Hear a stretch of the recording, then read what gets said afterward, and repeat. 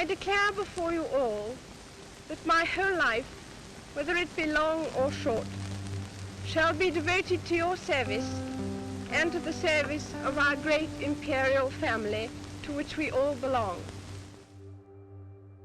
In a way, I didn't have an apprenticeship. My father died much too young, and so it was all a very sudden kind of taking on and making the best job you can. It's a question of accepting the fact that here you are and it's your fate. Hey everyone, and welcome back to a video here at Benham Media. And as you could probably guess by the title of this video, it is slightly different to what you have probably been used to on this channel.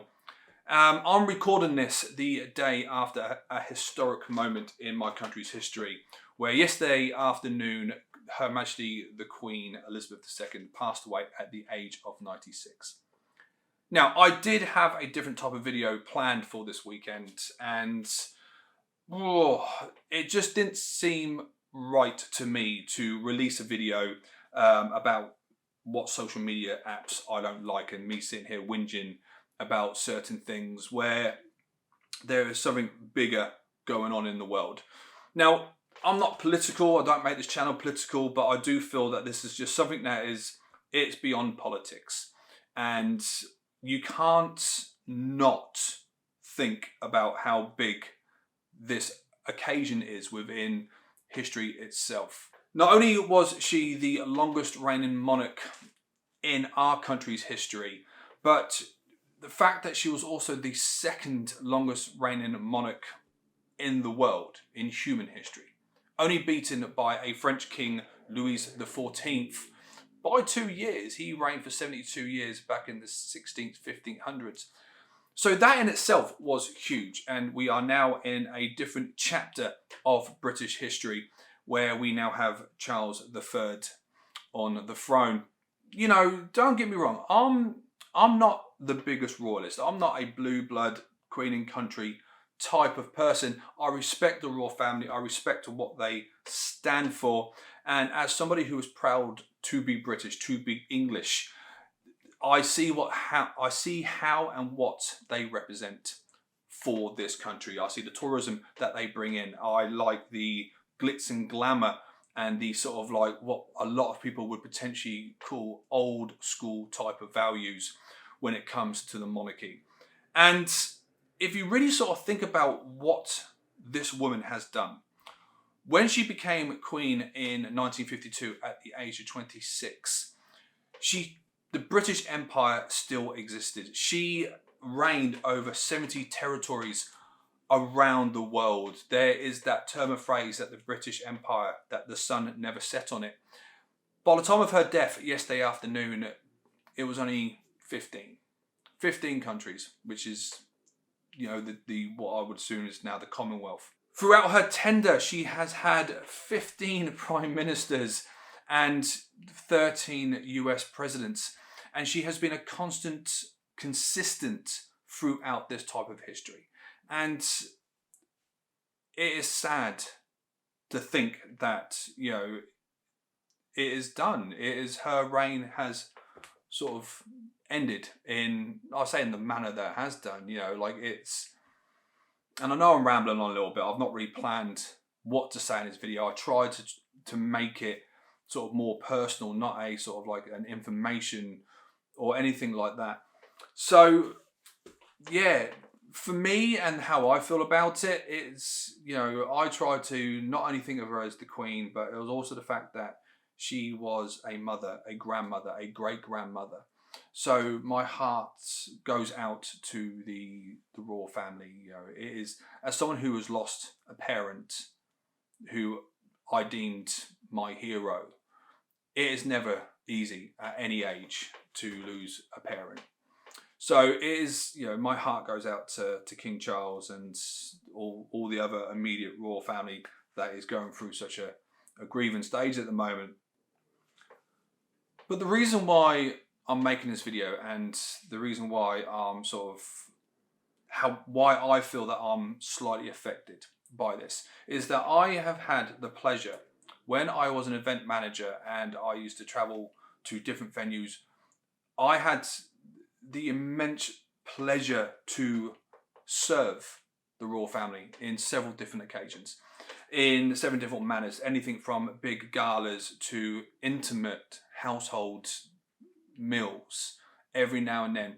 And my own personal situation when I met the Queen, there was a moment where before we were going to sort of like open up to the public, where she was just sort of having sort of her last sort of checks and stuff, and it was sort of like my job to sort of open the door. For some reason I was given that responsibility, and she cracked a joke with me. Like, we were at Buckingham Palace and we were about to do this, and I was supposed to be somewhere holding champagne, but for some reason I was given the responsibility to open these doors for Her Majesty the Queen. And she was just having general little chit chat, and she just cracked a joke. She just cracked this sort of like, you know, make sure I don't mess it up type thing, with a little smile. And if you look at a lot of her photographs, she did have that cheeky smile, that little glint in her eye. And it just made me relax, because I was very, very nervous. Like, if I messed this up, like, it's the entrance of the Queen of England. Messing this up, like, that goes down in your own personal history. And she did. She made me feel extremely relaxed about the whole situation.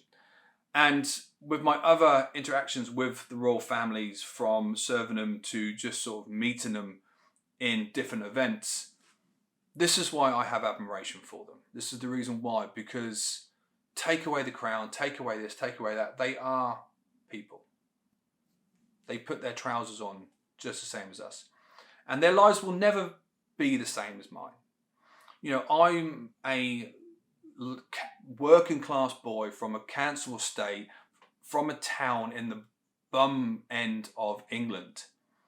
And for me to have the opportunity to have an intimate moment with the head of my country, I always found that very, very privileged, because there are many, many people who have come from my background who have not had the privileged life that I seem to live.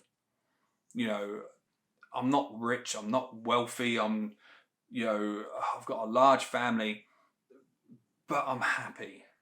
And the stories that I tell my children, the stories that I tell my friends about the experiences that I've had from royalty to celebrity, that's what I hold dear.